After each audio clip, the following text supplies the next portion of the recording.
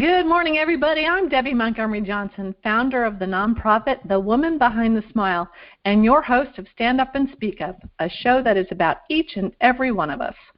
Many of us have something we're hiding, something we're ashamed of, or something that through no fault of our own or through our own making, we keep hidden, and that in turn keeps us hidden from each other and the world. Good people go through terrible situations.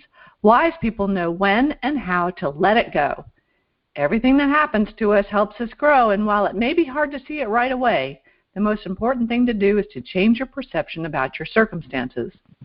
Regardless of what your personal experiences or traumas have been, this showcase series is designed to ignite delight in you as well by providing safe harbor, education, personal growth, and resources so that no matter where you are in your journey, you'll have the courage to move on when you're ready. Stand Up and Speak Up features ordinary people who've been through extraordinary situations and struggles and found the courage to step out from behind their smiles and speak up about their experiences and the lessons gleaned from those experiences. Everybody heals at a different pace, and we recognize this. So come on in, have a listen, and enjoy the ride at your own speed.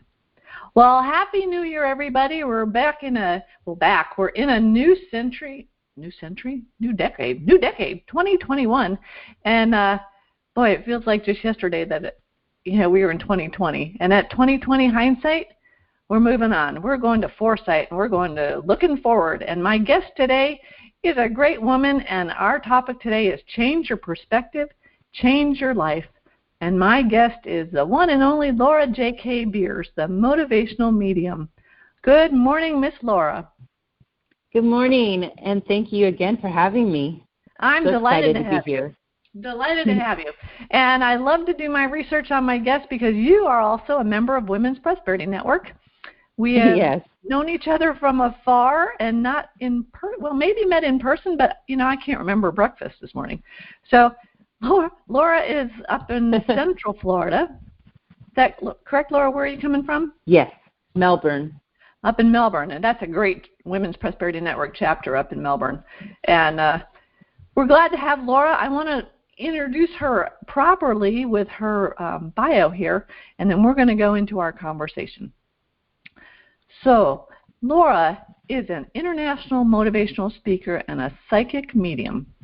She offers a unique point of view for people to understand the 3 Ds of loss: death, divorce, and disaster. And today we're adding a 4th, so hang on, we're going to have the 4th. And she wants us to learn how to heal from those 3 Ds. Her company's motto is change your perspective, change your life, which is something she shares in her book, Empowered Spirituality Unboxed. Laura's hope is to inspire people on their spiritual journey by witnessing and exploring some of hers. The title, The 3 Ds of Loss, Death, Divorce, and Disaster, and How to Come Out of It Better than you could ever imagine, is turning your no's into your yeses and being your best and happiest self. We all want to do that, Miss Laura. So briefly, just kind of explain to me who is Laura J.K. Beers? Wow. Big question.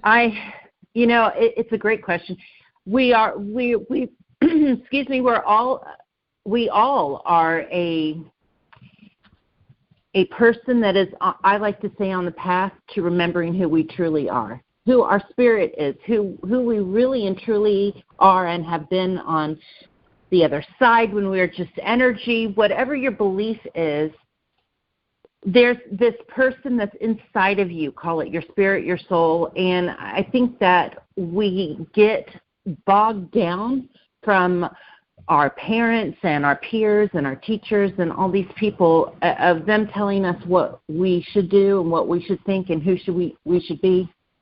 And my goal is to help people to remember their truth, to remember who they really are, and to be that person, because that's the most authentic person that they could be. And when you're that person, you're going to be the happiest, and you're going to be the best version. You're going to be the most successful. You're going to be the most objective. You're going to have the best perspective.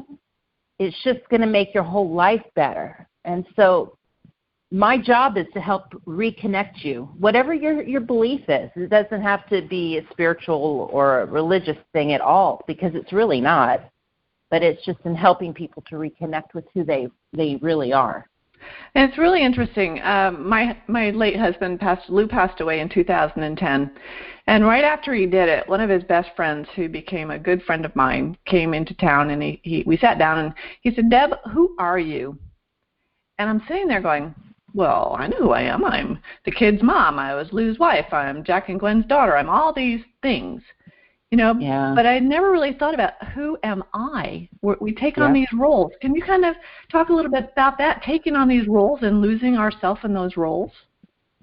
And also losing ourselves in relationships with other people. I mean, because that's the epitome of what you're talking about, is that, we define ourselves by who we are, what we perceive ourselves to be as far as the judgments of others. And that's got to stop.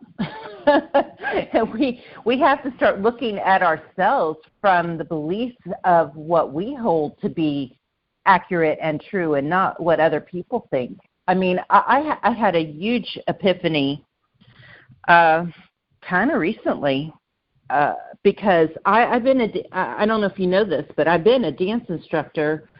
I've been a dancer since I was 4, and I've been a dance instructor over 25 years. And I just retired in 2020 because of COVID, and because of I just needed to retire. But I had a really hard time with that a couple of years before that, because it was kind of coming up, and I was thinking about it. But I defined myself as a dancer. Mm. So how do you retire from yourself? You can't. And what I had to find out was that dancing was a part of me, but it wasn't who I was. It didn't make me who I was. And whether I dance ever again or not, it doesn't make me any less of a person. And that was hard, because we're talking my whole entire life. And no, I'm not telling you how old I am. Well, you're not as old as me, and that's good, because we're only as young as our mind wants us to be. And we're pretty young. My dad's 91. You'd never know it, So Whoa. It's when you lose your sense of humor and who you are, then you can go. And that could be at 50. It could be at 100. But I didn't know that you were a dancer. And I'm looking at your picture, and it's just making me smile thinking about you dancing around. Now, you retired as a dance instructor. You didn't retire dancing, did you? No. I actually only retired my teaching of group classes. I'll still do private lessons and private groups. And I do wedding choreography, and I love to dance. I'll probably never, ever stop dancing, just because it's a passion of mine. But as far as, applying money to it, having a business, all of that kind of thing, yeah, I retired. Okay. And so... Well, and honestly, you defined yourself as a dance instructor, or people thought of you as a dance instructor. I didn't even know you were a dancer. So I didn't define you as that. And I was just thinking, as you're saying that, we've heard this, what others think of me isn't my concern. It's a very difficult concept it has been in my life, because I've been concerned about what people have thought. But where it struck me is as a role of a mother, for instance. If your child does something that's not right, do you hide from that? I mean, I used to. I would be so embarrassed about something silly that my son and my kids had done. And I'm like, but I didn't do it. So why am I taking on, the guilt or whatever of what they did just because I'm their mother? Back to dance, I had the exact same thing. I'd have a student performing, and they would mess up, and I'd be mortified. And it finally, it was a great lesson, because that was my student who I know did it perfect. But because they were nervous or whatever happened, they messed up. But they're human, and that wasn't about me. That was about them and their lesson. And this is about the perspective that we have, not only on ourselves, but on everyone else. We have got to stop judging. Judging is not a good thing. There's no benefit from it. Well, and judging ourselves is always the harshest. And It is. I heard you talking about one time about emotional upset and how it holds you back from moving on. And a lot of my audience, we've talked about this a little bit, the Men and Women of Scars, which is a society of citizens against relationship scams. We've been in a scam. We've all been taken by somebody. But because of what happened, we're defining ourselves now as victims, or I like to say survivors. But we can all do that. We can all define ourselves by the bad things that have happened to us. And how does that keep us from moving forward? It does. That's exactly what it does. It keeps you from moving forward because it keeps you in this perspective. I talk about grief goggles, and this is exactly what it is. If you think about wearing a pair of goggles, and think that and I see energy, I see grief as a gray color, okay? So if you can imagine putting these grief goggles on, they're gray colored, and the rest of your life, because you had some sort of grief or loss, a loss doesn't have to be, obviously, someone passing away. It could be the loss of you got scammed. It could be the loss of anything, but if you think about wearing those goggles for the rest of your life, every single thing that you see is covered in gray. And my goal is to get you to realize you're wearing them and then take them off. Because grief is a fabulous thing. It is absolutely one of the best things because it's an emotion and it helps us to process through the journeys and the lessons and the experiences that we have to go through while we're here. But the thing is, we have to learn from it. We have to go through it to the other side of it. And if we don't, we get stuck. And that's what happens when you label yourself a survivor or a victim. You're labeling yourself as wearing grief goggles for the rest of your life. Now, is that to take away from you having had this incredible experience? And I mean incredible because it is a very positive thing. It's helping you to grow and be the best person that you are, even though it could have been a scam. It is something that is propelling you to be the better you. And we need negative catalysts sometimes. They're the most powerful in getting us to change. So we need people to take those goggles off and to look at what they've learned and go forward, and don't label yourself, don't define yourself as that. I've recently lost a lot of weight. I am not ever going to go back and go, oh, I'm that, I was that formerly fat person. That's not who I was. This is a journey of who I'm becoming, not who I was. I'm not going to label myself. And that's an interesting thought, though, because I was heavy as a young woman, and I think my inner self a lot of times still sees myself in that heavy spot, because it was when I was young and I was very athletic, and everybody said, well, you've just got big bones, you're an athletic girl. And now I'm older and I lost a lot, especially after Lou died. I lost a lot, and there are times when I'm looking at myself going, same bones, not as big, but I'm so conscious of like an extra pound or two, which is silly. And my daughter, it's not, and Mom, it's not a number. It's how you feel. So eat better and don't just pull out a bag of M&Ms. Exactly. But it's tough because, and when you said about the grief goggles being gray, I like living in Florida because of the sunshine. When I grew up in Vermont and we had those gray winters, they're very depressing. And it's like moving. I had to move out of the Northeast to get into the sunshine. It changes your perception and your perspective, and I love that. I just wrote down grief goggles. I think that's fun. We'll have to do a little show about grief goggles. But again, don't minimize the experiences, because we've all gone through great losses, and it could be financial, emotional, spiritual, whatever. But like you said, it's part of our quilt of life.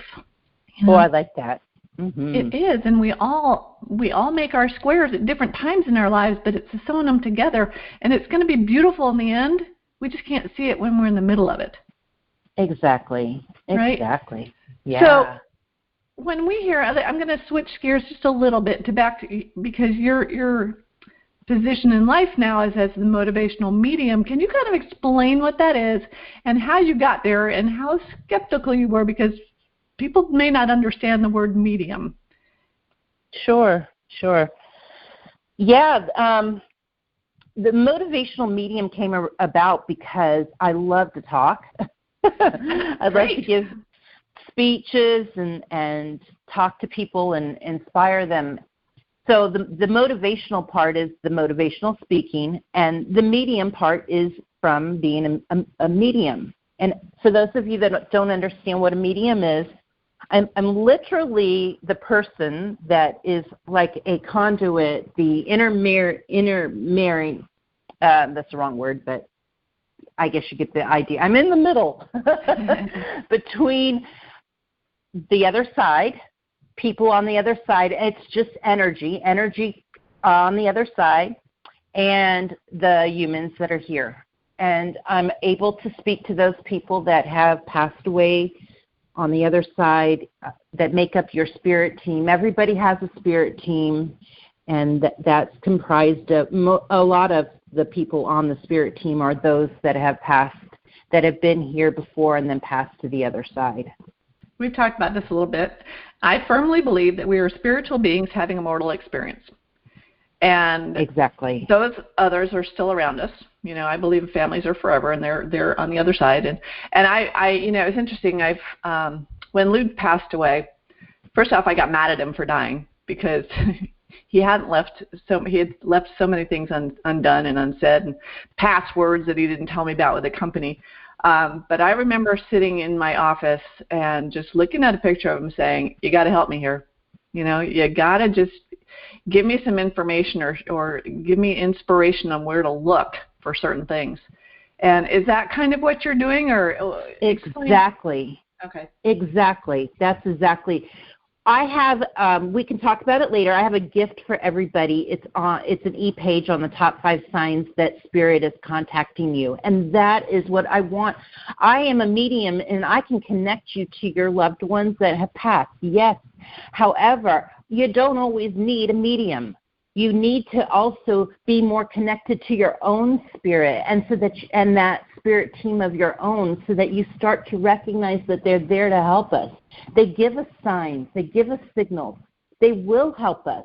I have so incredibly changed for the better my relationship with both my mom and my dad. They help me all the time. They give me signs from the other side all the time. I get very specific songs on the radio at the weirdest times from them as support, and it's just amazing. When you're connected, it's kind of like being connected to your intuition. Mm-hmm. That's really and truly all it is.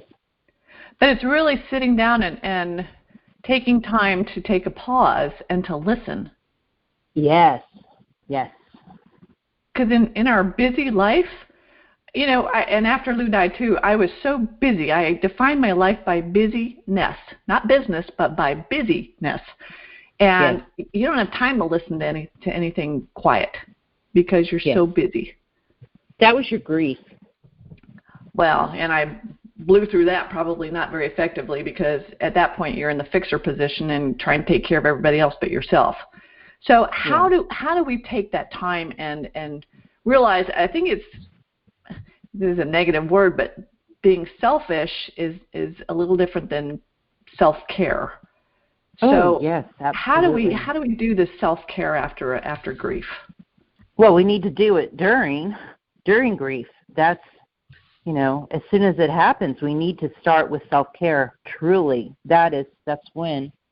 But the easiest way, and I tell people, is you need to start.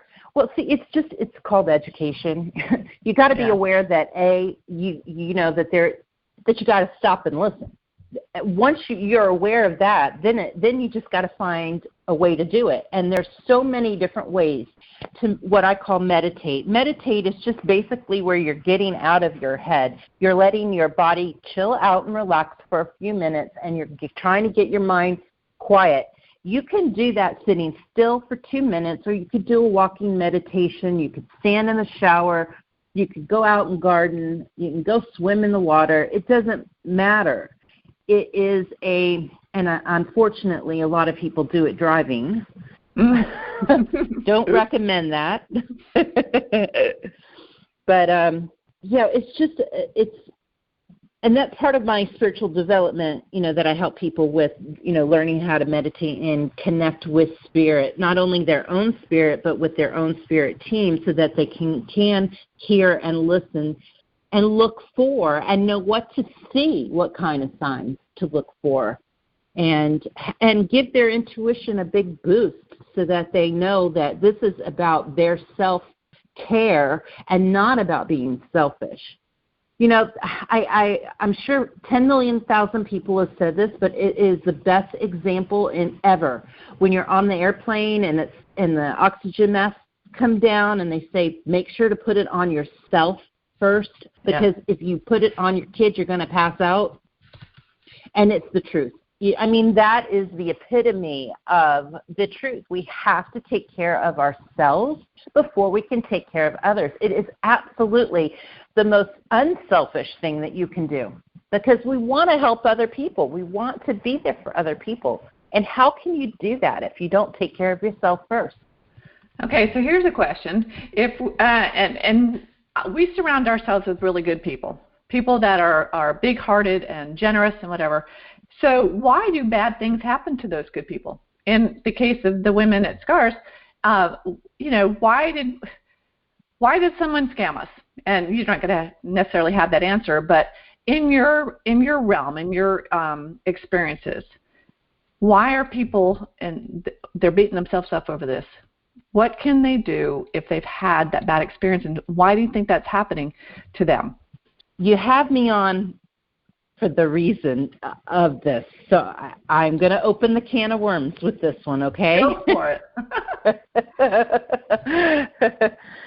I have been doing this work a long time, almost 20 years, and I have come to understand and know with my heart and soul that we are a spirit energy. We are a vibrating energy within this 3D body, and we were that before we came here to Earth to have this experiential journey, and we are going to be that again when we go home. What I know as a fact is that we have signed up for the journey and the experiences that we are going through. Mm-hmm. And when you realize that you signed up to get scammed, or you signed up to be ill, or you signed up to have the person pass away in your life, it's kind of like your 3D body is going, what the bleep? And your spirit's going, but how else are you going to learn? Mm-hmm. And that's what I was talking about earlier with the negative experiences, that they are some of the best catalysts for giving us this making us move. They're the impetus for making us move and get off of our chair and not just go, oh, I have the most wonderful life. I'm so wonderful. And until you have something so life-changing happen to you, it doesn't shake you up. It doesn't make you grow. And you've got to look at it as a positive thing, and that's that changing of your perspective. You've got to look at it as a positive thing. Not that you signed up for that and, oh, you deserved it and blah, blah, blah, because that's not my point. My point is, yeah, we signed up for it because we all wanted to have these incredible, beautiful, experiential learning experiences. Was it horrible? Did it suck? Oh, my God, yes, it did. Yes, it does. But you can't go through your life looking at it, like I said, with the grief goggles in this negative way. You've got to change that perspective and turn it around and look at the gifts. Look at the gifts that it's giving you. Right. Look at the freedom that it's giving you. Well, and we've got to change the question from why do bad things happen to good people to what does this experience do for me? And exactly. I totally believe it. And for me, it's finding my purpose and finding my voice me, it was to stand up and speak up. And I remember a Wow Wednesday, I was being interviewed by Nancy Matthews, and it was when I first came out with my story.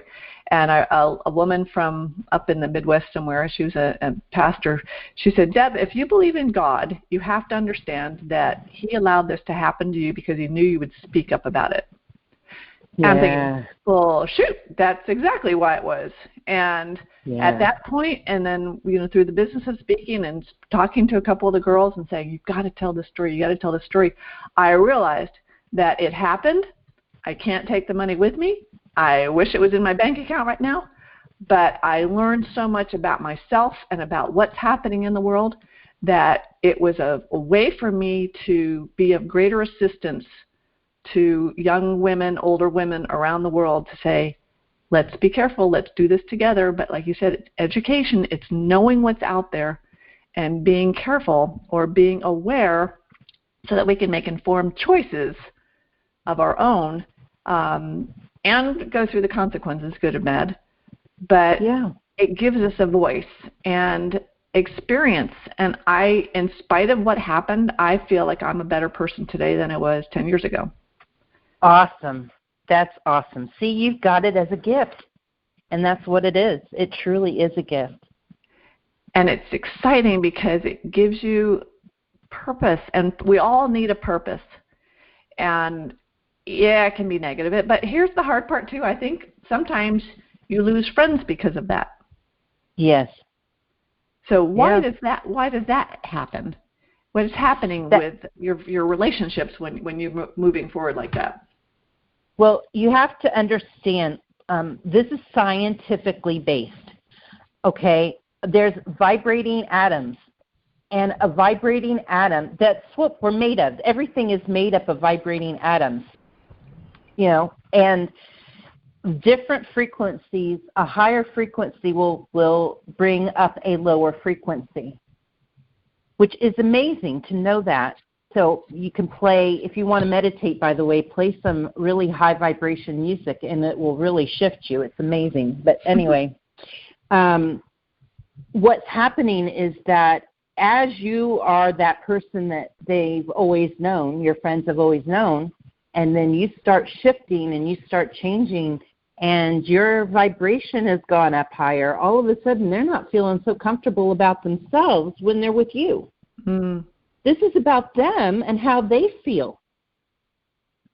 And they've got to either let their vibration rise in accordance to where you're at, which is what our goal as light workers is to bring others up to a higher vibration where they're more of their own truth, of their own spirit, or if they're just that uncomfortable, then they're going to leave. And it happens. I know that it happens. We talked about weight loss. I wrote about it in my book, actually. I was at a dinner with a friend of mine, and she's overweight, and I was overweight, and I was working on it. And I ordered, healthy food, and she ordered very not healthy food. She ordered this big drink. She ordered alcoholic drink, and she ordered, hamburger and French fries or whatever it was, and proceeded to eat it all, and then complain about it to me. Mm-hmm. And I wasn't in that space anymore, and so our friendship kind of dwindled because when we were together, it made her feel bad she felt bad. She's putting the guilt on herself about how she felt. That's not my problem. I have to take care of myself. I can't monitor her feelings. So, the nicest thing you can do is if you have a friend who's feeling uncomfortable with where you're at and is have a conversation with them. But yeah, you can lose friends. And you have to, I think, realize that people are put in our lives for a reason and a season, or a season and a reason. And sometimes it's time to move on. It's tough, though, because I like to hold on to those thoughts of, 10 years ago we were really good friends, and today we're not even talking. So to understand that it might be for the good for either one of us, I'm like, I don't know if I like that. But then you have to forgive, say, look, I've got to forgive myself for whatever. If I did anything, then I need to let them know that I'm sorry. And if they've done something to me, I need to let it go because they may not know that they did it,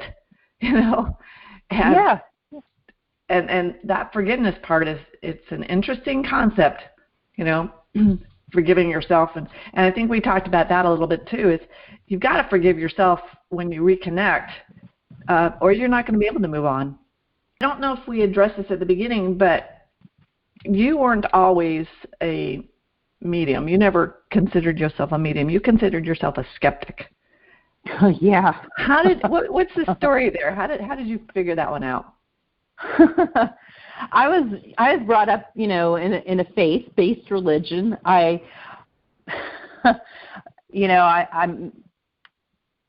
was probably, I've been all my life, I was brought up with Bewitched, and I've loved magic and sparkly things and stars at night, and just, I don't think I've ever really had a gift, but it was probably in my 30s where, somewhere around there. Anyway, I started getting interested in intuition and reading some books and taking some classes, and started to realize, that the phone would ring and I would know who was calling me before I picked it up. And I'm dating myself because this is before caller ID. I was going to say before caller ID. And unavailable. Yeah.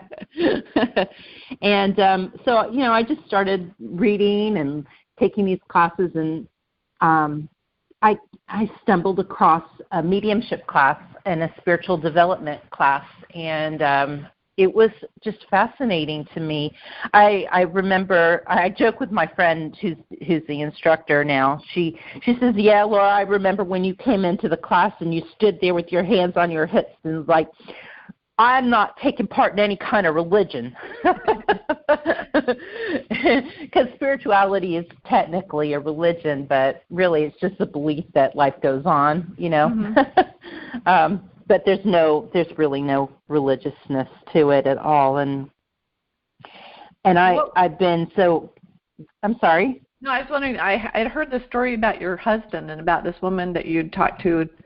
Yes. Do you want me to tell that? Yeah, I want to hear that story, please.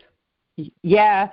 So the lady that was in that did the spiritual group, I just met her. I took the one class, and I was, okay, I don't know what I believe here. So I hired her to do a reading for me. And the first person that came through, the sadness was so palpable that you could feel it so strongly. It was my mother. Wait, I'm sorry. I got ahead of myself. I'm sorry. Let me back up. So the first person that came through, she starts describing this man. He's like 6'1". He's tall. He's thin. He works with water, blah, blah, blah. She's perfectly describing my husband, who is fully alive, and I know this because I just talked to him. And I kind of freaked out. Because, yes, mediums can talk to, we can talk to people's spirit, and they don't have to always be dead, but that's a whole nother conversation. Anyway. She had never met your husband before? She'd never met my husband. This was like the second time I ever met her in my entire life. And she's sitting here describing my husband who's alive and what he does for a living and all of this. It was mind-blowing because I was such a skeptic. I didn't believe at all.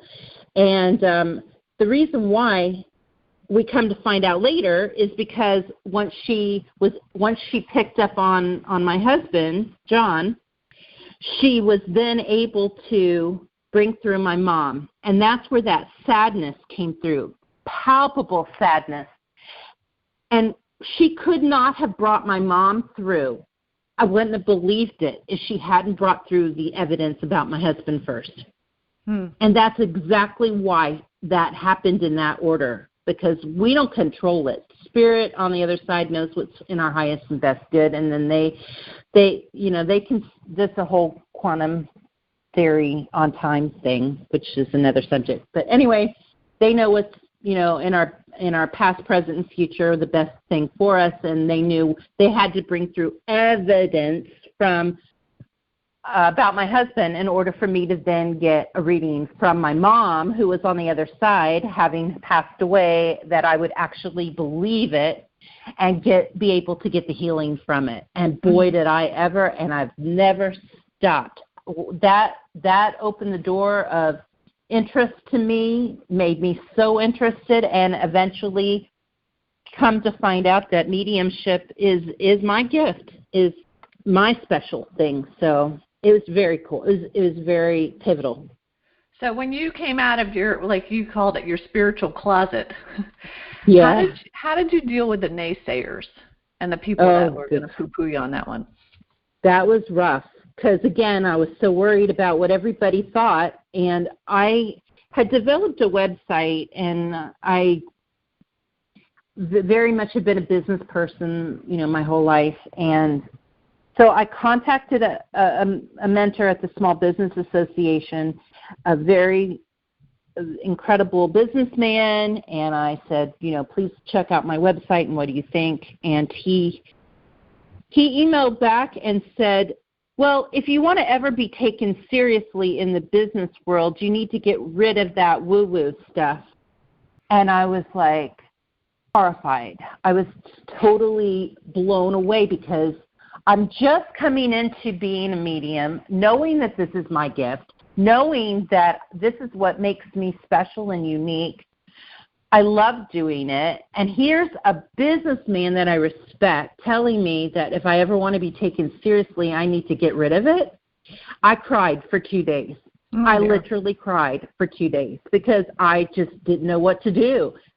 But thank God, at the end of the 2 days, I realized that he was wrong and that I needed to do the exact opposite. I needed to actually embrace who I am and what I do. And when I did that, took off like a rocket.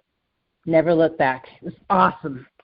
Well, that's terrific. And I remember one time, I've talked about this before, when I came out with my story, it was at a WPN mastermind, and one woman sat there and gave me what I called the stink eye. And I'm thinking, oh my gosh, so that could have changed the way I came out or didn't. I could have said, oh my word, I can't do this because what will other people think? Were they going to be just like her? And then when I realized that I wasn't speaking to her, I was speaking to the woman beside her. Yeah. That was going through what I had gone through and needed to know she wasn't alone. Yeah. And I love what you do because I do believe that, we're surrounded by our family and our team and our spirits, and we need to know that they're there to help us. And, sit and listen, but also realize too that we're going to have those experiences that we might consider bad, or stupid, or whatever the words are that we label them. We're going to have them regardless. And it's a matter of what we do with those that will determine how we go forward. Kind of walk me through when someone comes into you, say they've had a death or divorce, or what I think our fourth D, that death and divorce and disaster, but when I was talking to you earlier, in my area of work, it's deception. Yeah. If someone has been deceived, let's talk a little bit about that deception by others, and then you'd mentioned something about deception from ourselves. Oh, yeah. How do we deceive ourselves? Sometimes it takes us a little while to wrap our head around stuff. If you're being scammed, say for money or in a relationship or something, and it's especially in a relationship because it's when we're emotionally connected to somebody, and it could be in business too. It's a relationship that has an emotion with it that makes it really and truly the worst.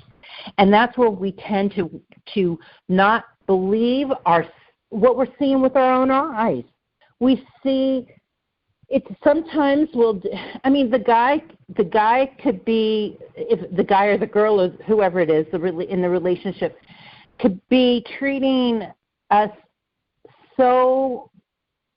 telling us all these things, and that we're seeing them treat other people the exactly opposite, and it takes a while for us to open our eyes and see what the actual truth is, because we're so emotionally connected to it. And that's where the deception of ourselves comes in.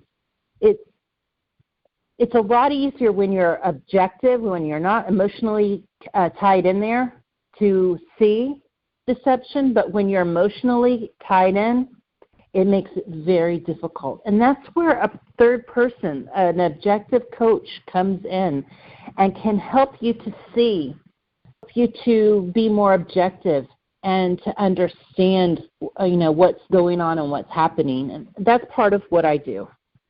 Well, and looking back on it for me too, I tell folks that are looking to, start dating in their 50s again, is that have a dating buddy. Because for me, it was so easy to get wrapped up in the whole relationship because I was recently widowed. My kids were out of the house for the most part, and I was running a company at home by myself. And my guy, as I called him at the time, was my source of companionship and relationship, and he was it. And I didn't know that there were scammers out there at the time. And if I had known, would I have been a little more skeptical? Absolutely. I say that now, 20/20 hindsight. But they are schooled in the art of deception and manipulation, and the psychology of the scam is that they can wrap and reel any of us in at the perfect time in our lives when we're vulnerable or, it's not needy or anything. It's just there's the perfect storm for me. And at that time, It was right after Lou died, and I was so overwhelmed with life and fixing things for everybody else that for me that was a respite. When I heard that ding, ding, ding of Yahoo Chat, for me that was the endorphins and the fun, and it was like I could put real life aside because there was somebody there for me.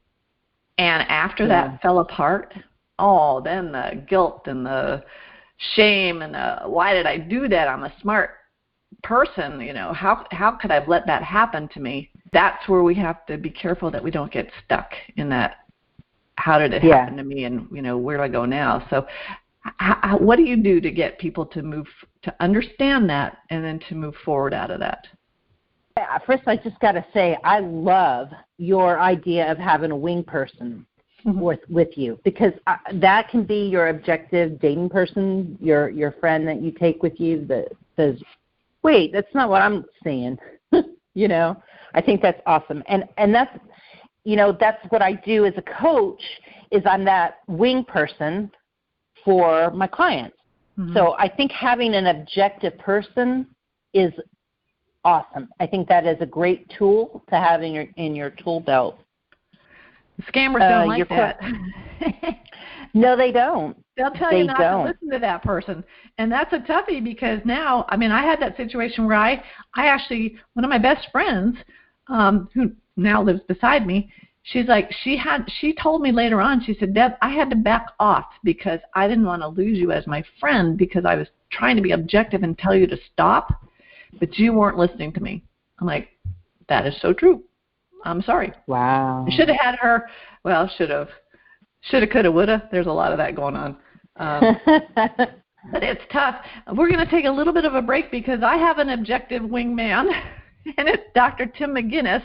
And I'm sure Tim is just reeling in his chair about this conversation. And Tim, I've just unmuted you. Would you please come on in and join our conversation here? Absolutely.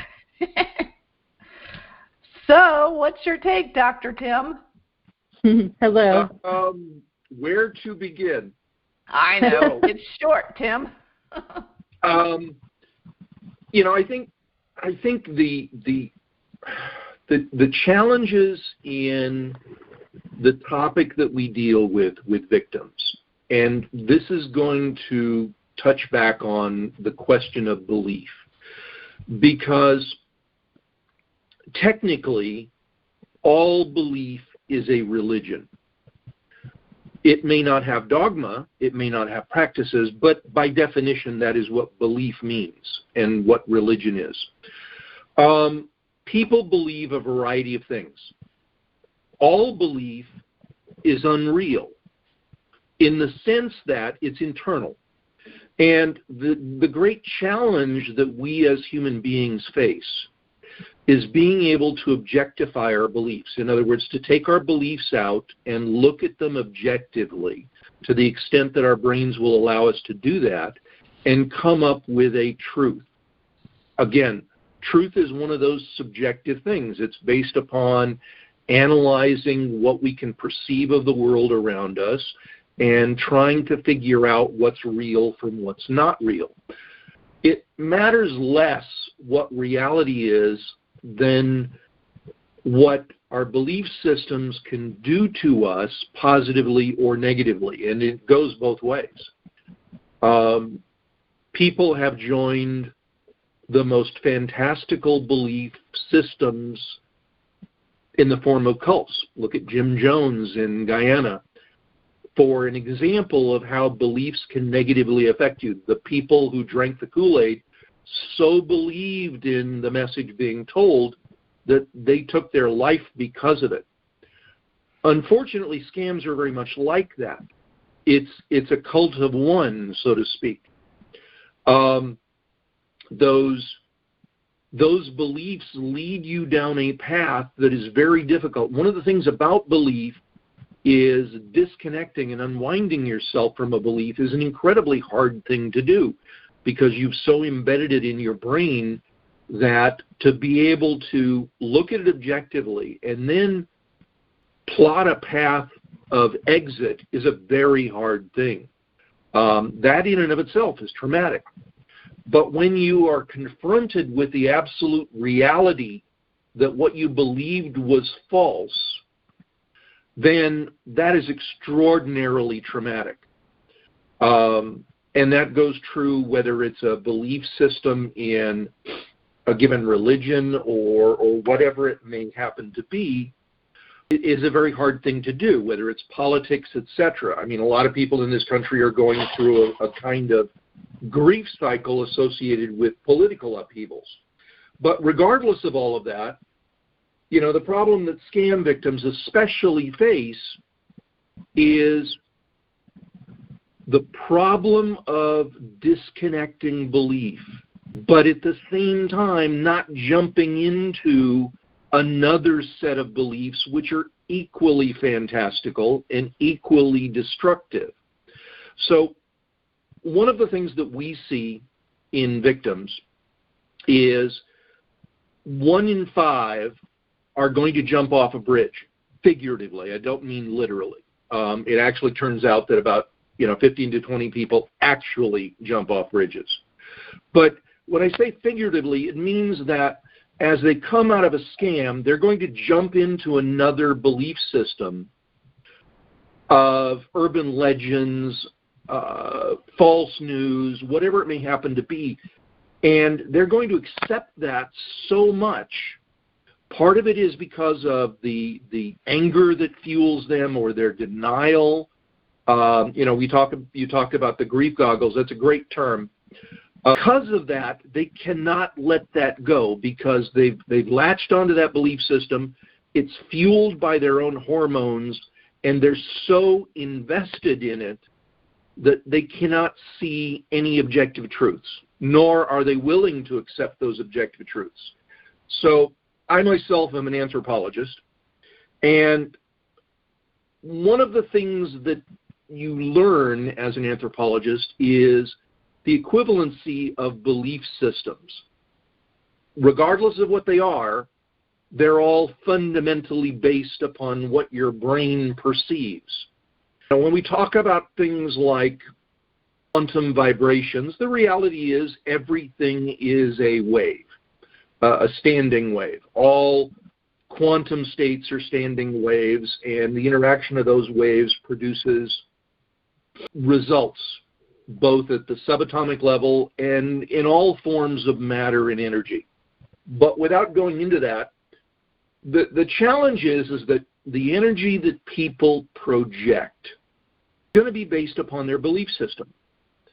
And unfortunately, we have to judge the suitability of other people's belief systems for ourselves to determine whether or not it is a belief system that we can accept. When we're dealing with scam victims, it's extraordinarily challenging to help people who have adopted belief systems and the defenses that go with that, denial, anger, bargaining, etc., and help them to recognize a new objective reality, particularly to get them to that finish line of acceptance. Debbie, you've gone through this, and you know how challenging it was in the early days to get you down that race course from from initial shock, much less denial, through to that point of acceptance.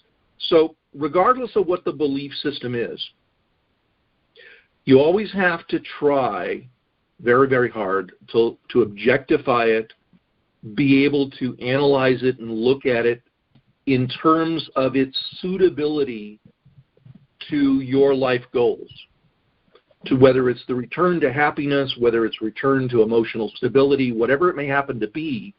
Whatever the belief system is, some belief systems are harmful, destructive. On the dark side, some belief systems are very positive. So without judging any particular belief system, it's important to remember that about all belief systems. All of them have their negatives, all of them have their positives, and each person has to find that balance in themselves as to whether or not a given belief system is compatible with your life goals. Just remember, serial killers have a belief system too. Scammers have a belief system. Victims have a belief system. Ultimately, at the end of the day, the belief system that you can accept is the one that is humanizing, caring, and considerate of your life and those of others around you. And that's what we try and do with our support groups, is help people past the destructive belief systems through that denial, anger, bargaining, and depression towards a belief system that accommodates acceptance. Does that make sense? Yes, and I think you hit it on what's that saying? You hit the nail on top of it. Whatever. You got it. At the very end there, the greatest thing is having a support system, having people there that you're not doing this alone. Because I think a lot of the issue that I had during the scam was that I was alone in my home and the scammer became my life. Scammers have teams, and yes, you know we've got support teams. And Laura, you provide your whole mentoring and coaching program is about being there as a support team. So thank you, Dr. Tim. I appreciate it, and we'll get you and Laura together because I know that you're going to have your anthropological discussion afterwards. But Laura, you had a gift that you wanted to give to our listeners, and I want them to know how they can get a hold of you. So could you go ahead and let us know about that stuff? Thank you. Yeah, I would be honored to give. It's an e-page that I wrote. It's short and sweet, but it's just a way to be educated and know a little bit more about what's out there. It's called The Top 5 Signs That Spirit is Contacting You, and they can get that on my website, which is themotivationalmedium.com, and for the e-page, just put a slash, I think it's a /TMM.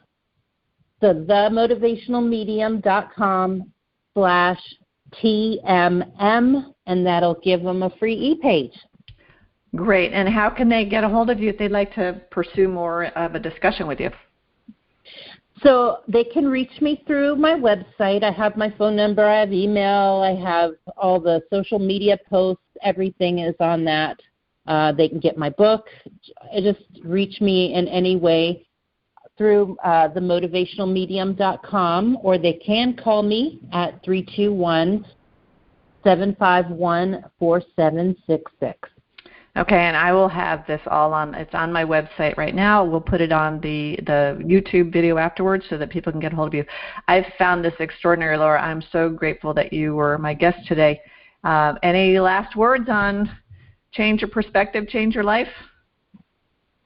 Yes, thank you so much again for having me, Debbie. It was really interesting and fun. And the last thing I'd like to leave you with is that we do not have to be alone. I hope that if you got nothing else out of this conversation, that to do everything on your own is like Tim said, is almost impossible. We need to see outside of ourselves. We need to have help. It takes a team. Our team signed up before we came here to help us, or our village of people that are here to help and be supportive.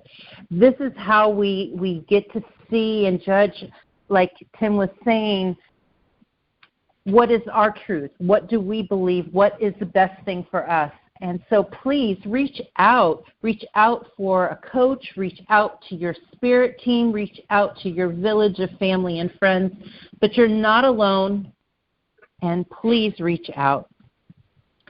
Well, thank you so much, and I'm glad that I reached out to you. This has been a really fun experience. And Dr. Tim, thanks for being with us again. Everybody that is listening to this, remember, you're not alone, and we're all here to assist. There's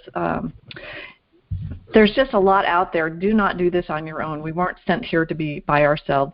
So thanks, everybody, for listening to Stand Up and Speak Up. We are dedicated to encouraging you to remove the mask of embarrassment and to being your best self. If you are the victim of a scam of cybercrime, please visit againstscams.org for assistance and guidance about options in recovery. SCARS, the Society of Citizens Against Relationship Scams, is an incorporated nonprofit crime victims assistance organization based in Miami. We support scam victims worldwide. And if you can make a small donation to help them, please do so on our website.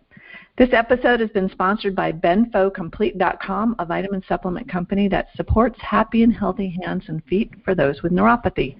If you or anyone that you know struggles with the pins and needles or numbness in your hands and feet, please check out our benfotiamine products at BenfoComplete.com and use the special code STANDUP for 5% discount on your purchase. Again, thank you so much for being with us today. Go to my website, thewomanbehindthesmile.com, for additional information and resources. And have a great day, everybody. And remember, you are not alone. Take care.